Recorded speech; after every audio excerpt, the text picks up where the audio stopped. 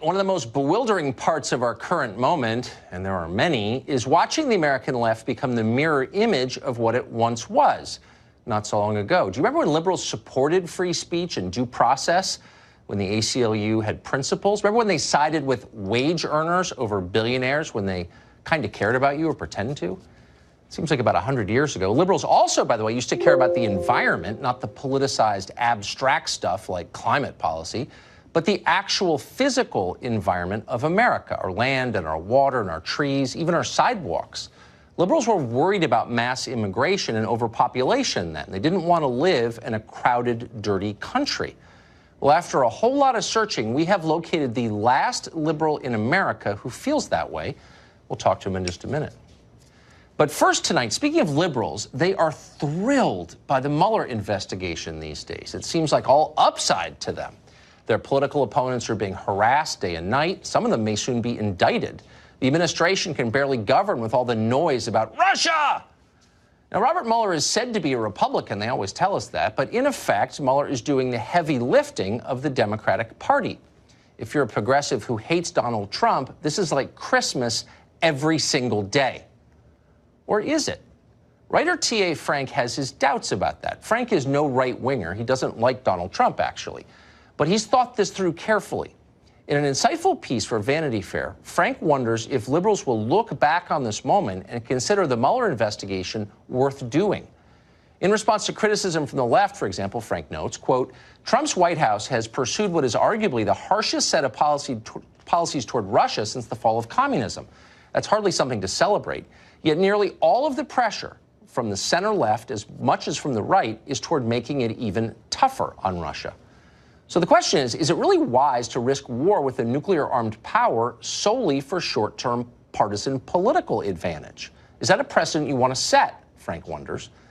And then this, which ought to be printed and taped to the fridge in the kitchen of every political consultant on the Democratic side in Washington. Here it is, quote, the weapons you create for your side today will be used by the other side against you tomorrow. Do we really want the special counsel investigation to become a staple of presidential life? It's a creation with few boundaries on scope and a setup that encourages the selection of a suspect followed by a search for the crime rather than the other way around. Well, that's a good point. Democrats are now telling us that Robert Mueller is somehow above the reach of government.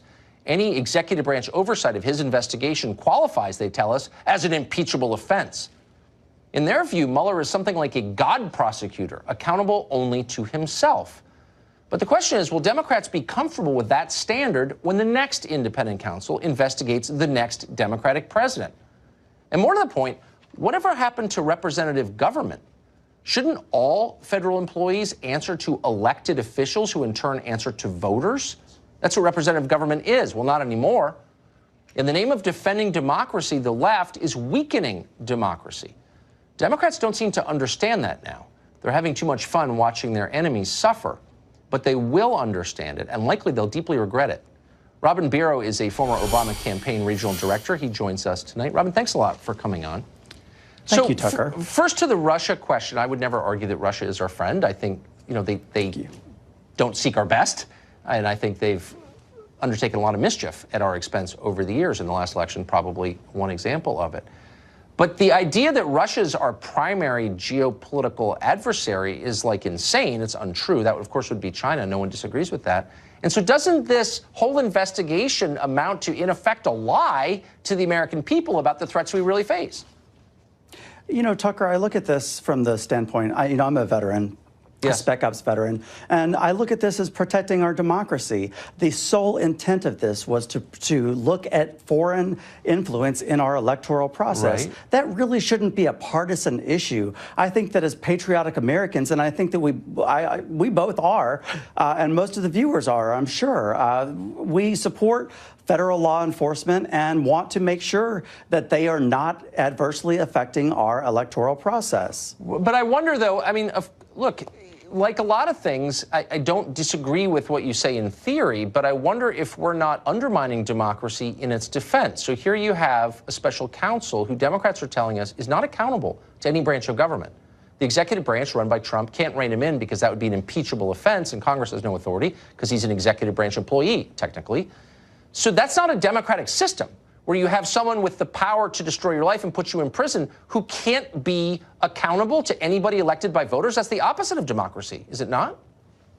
You know, I looked at the appointment memo for Robert Mueller in this investigation, and it gives him the authority to look into any matters that may arise directly from the investigation. So that's pretty broad. And to your question about whether or not this could come back on Democrats, yes, it could. I remind you that the Flynn memo that just came out this week pretty much showed us that there are 2 other criminal investigations. Those could very well be against Democrats. Those could come back to haunt us. For sure. Okay, so yes, this, the weapons that we use you're now absolutely right, could of course, come back to haunt us. But may I get to a more fundamental question? I wouldn't be surprised. Since you're for democracy, I'm for democracy, then let's just agree on the terms here. Every employee of a government in democracy must answer by definition to an elected official because the voters are in control, the power resides with them, correct? Yes. What elected official does Robert Mueller answer to? I don't know exactly how the DOJ works, but I do support federal law enforcement. Ultimately, the man at the top of the DOJ. Look, I don't mean to be a stickler on the civics thing, is President Trump. As long as we're defending democracy, let's defend democracy. And democracy is predicated on the idea that people rule, and they rule through their elected representatives in our version of democracy. So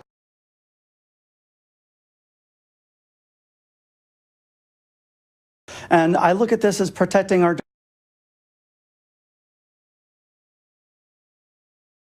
back to haunt us. But may I get to a more fundamental question? I wouldn't be surprised. Since you're for democracy, I'm for democracy, then let's just agree on the terms here. Every employee of a government in democracy must answer by definition to an elected official because the voters are in control, the power resides with them, correct? Yes. What elected official does Robert Mueller answer to? I don't know exactly how the DOJ works, but I do support federal law enforcement. Ultimately, the man at the top of the DOJ. Look, I don't mean to be a stickler on the civics thing, but hold on. As long as we're defending democracy, let's defend democracy. And democracy is predicated on the idea that people rule, and they rule through their elected representatives in our version of democracy. So if he is working for us, if he's a federal employee, which he is, which elected representative can fire him? Which elected representative does he answer to?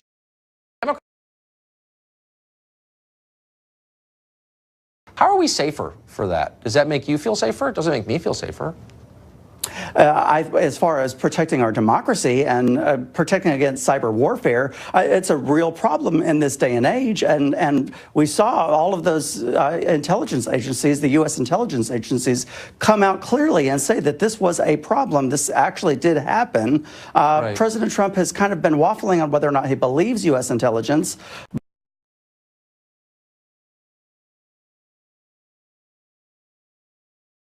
And I do. I can't help it.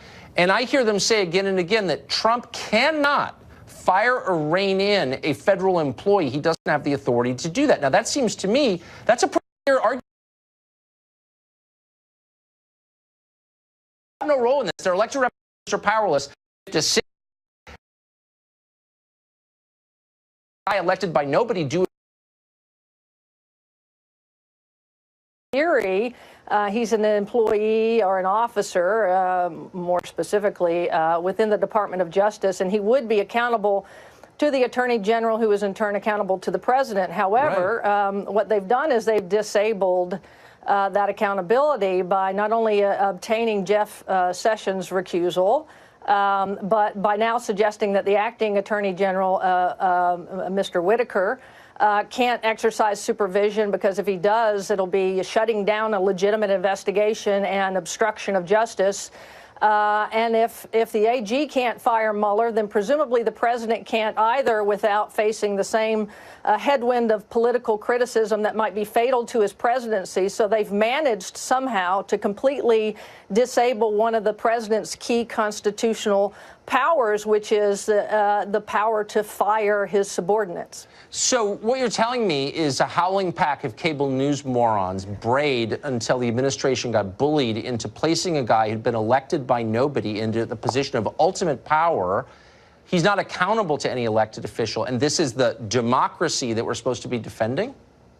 Yeah, I mean, that's pretty much it in a nutshell. And they did it, and they did it on purpose. And I think one day they're going to come to regret it, because if you can do this to President Trump, you can do it to, frankly, any incoming future president.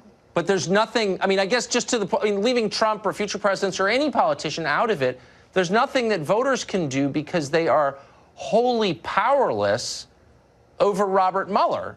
So isn't that like the opposite of the system that we're supposed to be living under?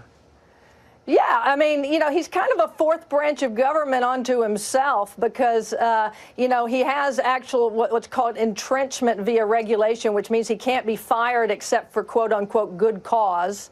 And so you'd have to lay the foundation to even try to begin to fire him, which is not easy to do. It's kind of the functional equivalent of having tenure as a professor. It's very difficult to get rid of him. And if you do dare to try to fire him, if Trump did it, or if Whitaker or a future attorney general tried to do it, you could be sure that there would be investigation after investigation after investigation and cries of obstruction of justice. So there'd be a very high political price to pay. So he's just a heavily armed pope, and we just have to kind of look at it. Okay, even as we defend democracy. Professor, thank you for clarifying. You know, I'm not a lawyer, so I just appreciated the clarity on that. Thank you. Sure. Well, the former FBI director, Jim Comey, is scheduled to testify tomorrow to the House Judiciary Committee. Why is he going there? What questions should House members ask him? It's easy to lose track of all these different threads. That's why we're grateful to have Terry Churchy with us. He's a former Deputy FBI Assistant Director of Counterterrorism, and he's with us right now. Mr. Churchy, thanks very much for coming on. So, you're welcome, Tugger. What should members of the committee in the House ask of Mr. Comey tomorrow? Well, I think, first of all, Tucker, I'd like to say that we should all keep in mind that when you take the Clinton email server investigation and the Russian collusion investigation, much of this wasn't done in accordance with the way the FBI usually does business. So that's your first clue that something is wrong, and something was wrong with the decision-making process inside the FBI. So what I would do, because these people on the committee have had access to millions of records and done a lot of interviews over the last couple of years, they have a lot of information. So what I would try to do here, because I think the key here is to find out from Jim Comey if he ever thought there was political interference in what he was doing in the FBI and the decisions he was making. And if he did, who were the people behind that? Because after all the questions that have been asked, and even these questions have been asked, we still don't have simple answers to simple questions. Let me take one, for example. I'd like to see them ask him this. Who made the decision not to use a grand jury in the Clinton email server investigation? Yes. That would have saved us a lot of trouble right now, because we would have had a neutral party, and the FBI, the Department of Justice, all these personalities would have been out of this. But that didn't happen. Why did that not happen? Jim Comey should know the answer to that. He should know who decided not to use a grand jury. The other thing, or another simple question is, I'd like to go to the interview of Hillary Clinton. And then we know that he was already working on the memo to exonerate her even before she was interviewed. So I think they should really hone in on all of the questions related to the planning of that interview. And when we're FBI agents and we're trained to do interviews in our car, and I mean, when we get to the street, the normal FBI case, you know, you plan a lot of these interviews in the back of your car. You're talking to each other. You put somebody in the front seat. And you plan it, though. You know going into it what to expect, what you're going to try to get out of it, and kind of have an idea of what you're probably going to be told by the subject. But you are independently in control of all of that, the atmospherics, the atmosphere, everything. So in the Clinton case, that's not what happened. In the Clinton case, logistically, all kinds of people were involved in making decisions that made that interview just about useless. And so we need to know why that, and who was calling those shots, and who in the DOJ was doing that. And I'll give you a real quick example. Why was Cheryl Mills, who was the chief of staff for Hillary Clinton at the State Department, and part of the problem here, why was she allowed to be there representing Hillary Clinton as one of her attorneys? These are really problematic. Yeah. Really problematic. 2 years later, we still don't know. Terry Churchy, thanks very much for that. Really interesting. You're very welcome. We've got a Fox News alert for you. Multiple sources are telling Fox News tonight that the president plans to nominate Heather Nauert to replace Nikki Haley as ambassador to the United Nations. Nauert previously, of course, worked right here at Fox. She currently serves as the spokeswoman at the State Department. For the record, like her a lot. We'll continue to follow the story. Well, the left has united around the idea of admitting as many people as they can into America. But could that imperative clash with the left's traditional concern about the environment? Not a small question, really. That's next.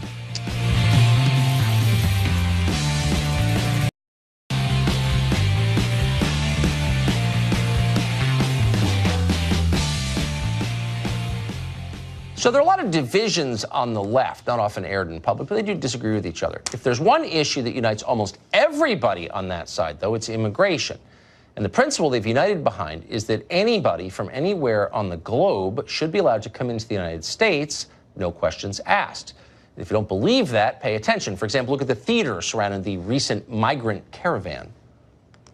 All of this for a group of people, a lot of whom are mothers and children, who pose no imminent threat. The President of the United States has decided that a couple of thousand scared, sick, people fleeing violence are a bigger threat to the United States than ISIS. Guess what, Ben? It's in our laws that people are allowed to come to our borders and ask for asylum.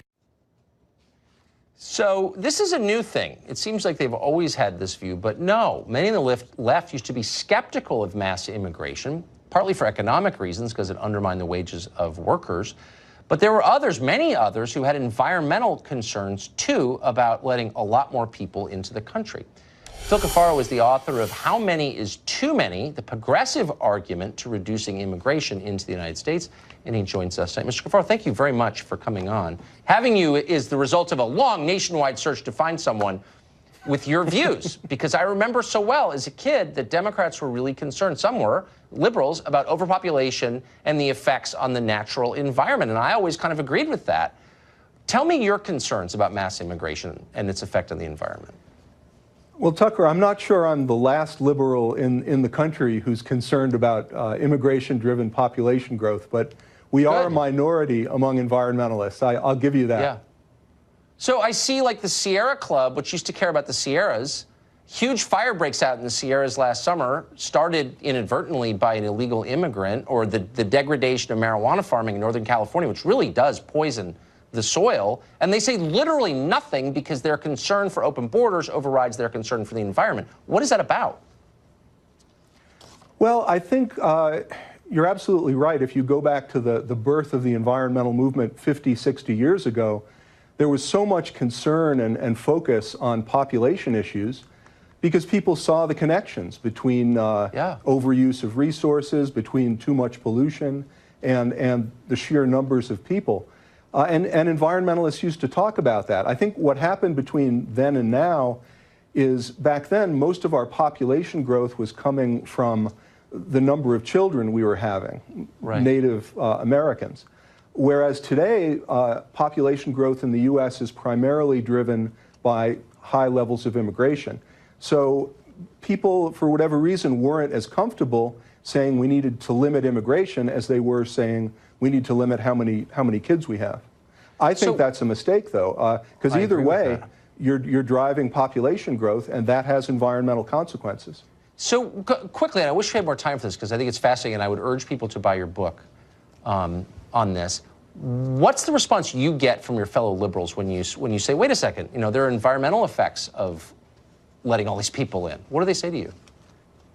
Well, mostly what I get are people who, most people say, well, I didn't realize that. I hadn't thought about that. Because as you say, environmentalists have stopped talking about it. But the responses really run the gamut from, how long have you been a racist to, oh, thank you so much for talking about that. I've been thinking that myself, and I'm just not comfortable talking about it. Exactly. So it's an interesting thing to talk and write about because you do get such a wide range of responses. Yeah, I mean, spend a week in a crowded, dirty country, and you'll find out you don't want to live in a place like that, I think. Phil Cafaro, thank you very much for your positions and for explaining them to us. Thanks for having me, Tucker. I appreciate it. Thanks. Kirsten Gillibrand is an accidental senator. She was appointed by an unpopular New York governor to bolster his, it turned out, doomed re-election hopes.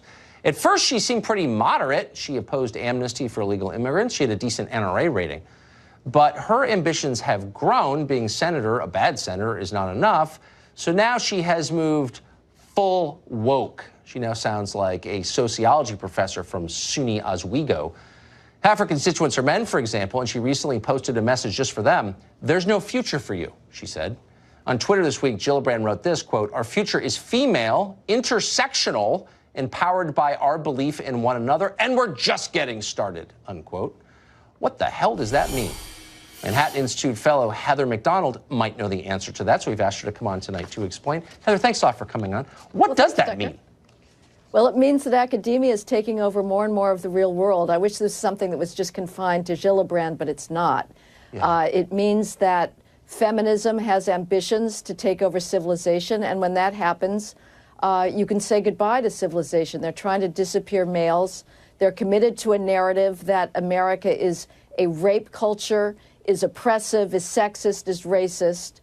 That's the whole concept of intersectionality, which is a way of describing the growing number of victims and their complicated ways of being oppressed by white heterosexual males. Unfortunately, again, Gillibrand is not some outlier.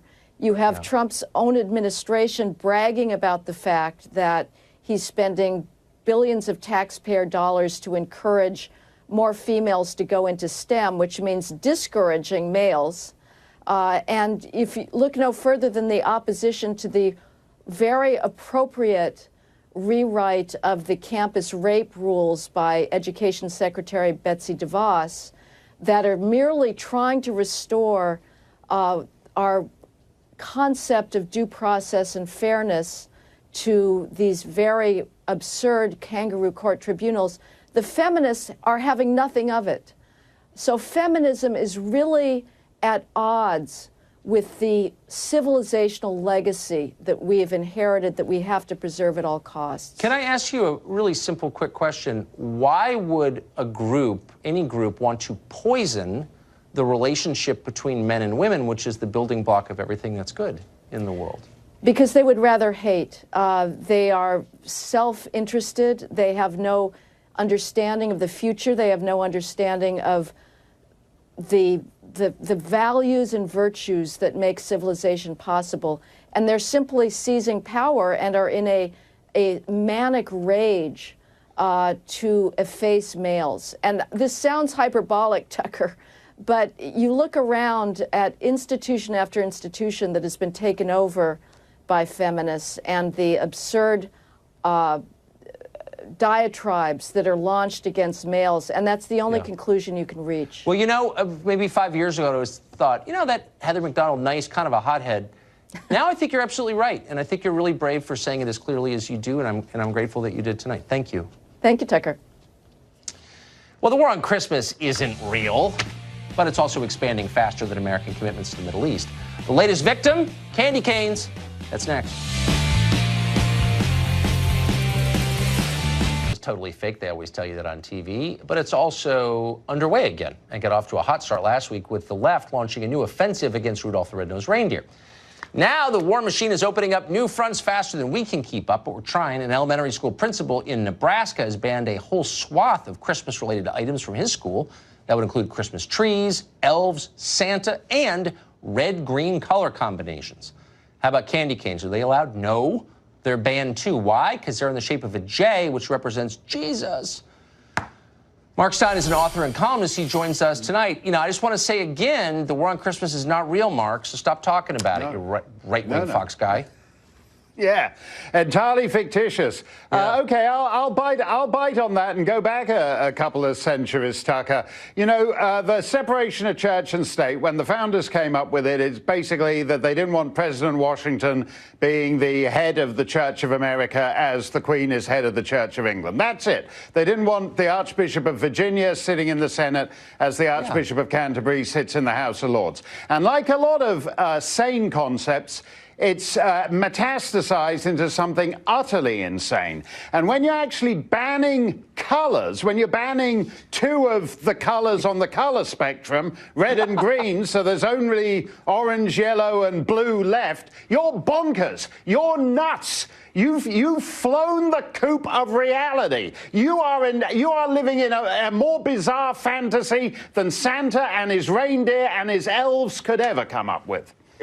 You just banned starboard and port. How dare you? Okay, another thing. A Minnesota State University professor tweeted this week that Mary the Virgin could not have consented to the conception of Christ and that God was behaving, therefore, in a, quote, predatory manner.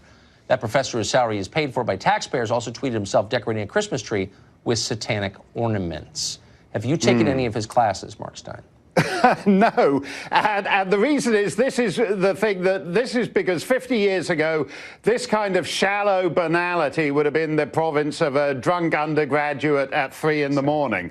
I mean, basically, the idea that God has gotten the Virgin Mary back to his pad, and she's saying, I really must go, and he's saying, oh, baby, it's cold outside, and put some records on while I pour. I miss the days when atheists were at least intelligent enough to take seriously what they were purporting to knock down. The stupidity and banality and shallowness and reductiveness of this is a dismal comment on the state of atheism in America. And it's not even brave. They've never criticized Jeff Bezos, the richest man in the world, or Apple, Tim Cook, or Google. They suck up to people in power and then beat up on the evangelicals and call themselves, you know, countercultural. Yeah. I mean, it's pathetic. And they don't seem to make as the same kind of Ramadan jokes as they do Christmas jokes. No, it's odd that, isn't it? I wonder why that is, Tucker.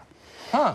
So you mean this community college professor, whatever this guy is not attacking Muhammad? No. This is cardboard courage. By the way, from teachers, even if you're an atheist, the greatest glories of Western, to go back to what Heather was saying, the greatest glories of Western music, art, architecture, painting were in the cause of Christianity. You're cutting out Botticelli and all the rest of it. Well, the university wouldn't exist without it. So, right. But No. From Botticelli to Frosty. Exactly. That's a very short leap. So good. Rudolph and Leonardo, all gone. All got to go. It's the Cultural Revolution. See ya. Thanks, Mark. Time now for Final Exam. We have news professionals here at Fox who follow this stuff for a living. Can you beat them in recalling what just happened? How's your short-term memory? The ultimate test of that. Final Exam after the break. From New York. All right, I'm not that smart. Just saying. No, I'm not making that claim. I'm not that smart either. Oh, my God. All right, Tucker, thank you. All right, welcome to Hannity. Tonight we have major breaking news. The Hill's John Solomon tonight has just uncovered smoking gun new evidence of FISA abuse committed at the highest levels of James Comey's FBI, including a damning email chain. Coming up, we're going to show you the damning new discoveries. Also tonight, the Mueller witch hunt is apparently winding down. The mainstream media is praying hard for the bombshell that they're not getting. And in just moments, we're going to tell you everything you need to know about the special counsel's brand new report on Lieutenant General Michael Flynn. They're going back to the 1700s. I'll explain. And an American hero's life was ruined over a process crime. While many top Democrats, they got away scot-free with much worse. Tonight, we'll show you some disgusting remarks from a prominent senator we were just talking about that thinks we, the people, are pretty stupid. And later, we'll bring you the latest chapter in the war on Christmas. Get this, featuring a far-left pastor putting the baby Jesus in a cage to protest President Trump. Unbelievable. And we'll play a powerful tribute to President George Herbert Walker Bush. Stay tuned. We begin with our breaking news opening monologue. All right, little thing about me. I grew up in a house, 50 by 100 lot, surrounded by law enforcement everywhere. My mom was a prison guard for 25 years. My father, he was a family court probation officer. Many cousins were on the New York Police Department. And my two relatives that made it to the FBI, they were considered deity. Not kidding. But tonight, I'm shocked and frankly saddened by what is corruption and abuse of power at the very top of America's most trusted institutions. Now, breaking tonight, the Hill's John Solomon has just dropped yet another bombshell on James Comey's FBI. And according to the Hill and his report, newly unearthed emails show that top DOJ FBI officials that they engaged in a willful and organized effort to defraud a FISA court judge prior to the 2016 election. Now, we've talked about this but we never had these emails. This all surrounds the FISA warrant application and the subsequent renewal applications of Trump campaign associate Carter Page. Now, according to those newly uncovered emails, we now know the basis for this warrant was the Clinton bought and paid for dirty dossier. Remember, the bulk of evidence. Now, James Comey, along with other top DOJ officials and FBI officials, they knew that the evidence presented in the dossier was shady at best. This is what Solomon has uncovered tonight. The email exchanges show that the FBI were aware before they secured the now infamous warrant that there were intelligence community concerns about the reliability of the main evidence used to support it, that being the Hillary Clinton, Christopher Steele Russian dossier. And according to Solomon, the FBI was fully aware that Steele was, quote, had contacts with news media reporters before the FISA warrant was even secured. Now, remember, the FBI attempted to bolster its FISA application. Remember, they used what we call circular reporting, Yahoo News. And by the way, they knew the source was Christopher Steele. So it's all really just one source, but they like to create the impression for the court that there's multiple sources. No, that's circular reporting. So to recap, the FBI under President Obama, they got a warrant to spy on Trump campaign associate Carter Page at the height of the 2016 election. In order to achieve this feat, well, they had presented the FISA court judge with evidence that we now know that the FBI knew was sketchy and knew was not verified. And they themselves had doubts about it ever being true. Now, they knew the evidence was bought and paid for, too, by Hillary Clinton. That was withheld from the FISA court judges. And the evidence was bolstered with the circular media reporting that the FBI knew Christopher Steele was behind. But as we now know, that's not how so-called evidence was presented to the FISA court.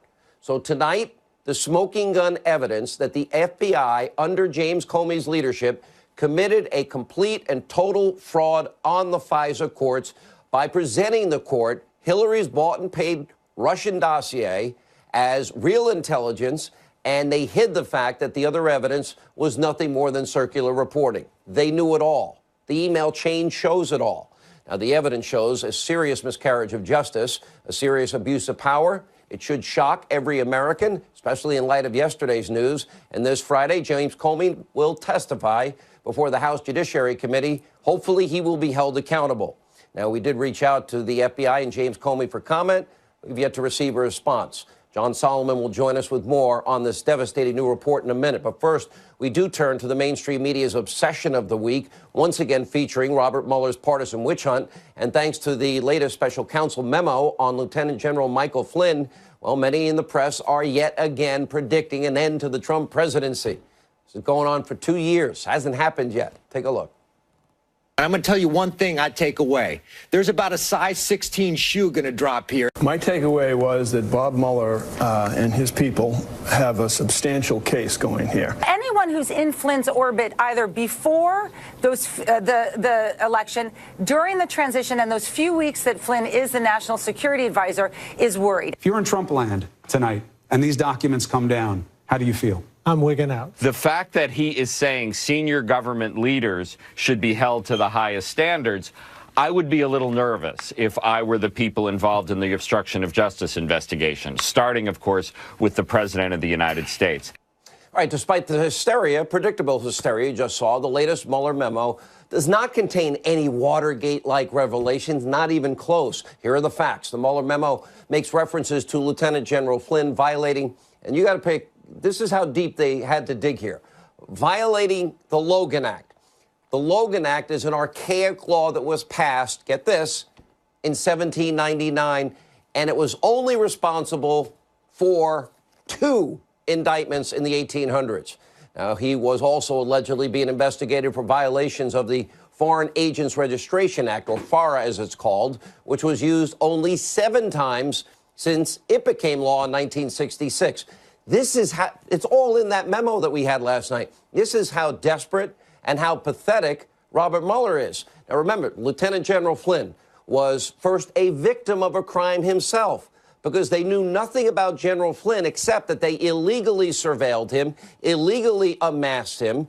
They put aside the, what we now call, you're supposed to do mitigating. They're supposed to literally, once you hear an American's on the line, you are not supposed to identify them. And then raw intelligence on General Flynn was leaked. And that illegally leaked information was then used against him by Team Mueller. And Lieutenant General Michael Flynn, well, he pled guilty to a process crime. That's true. They can't get him on any other underlying crimes about collusion with Russia.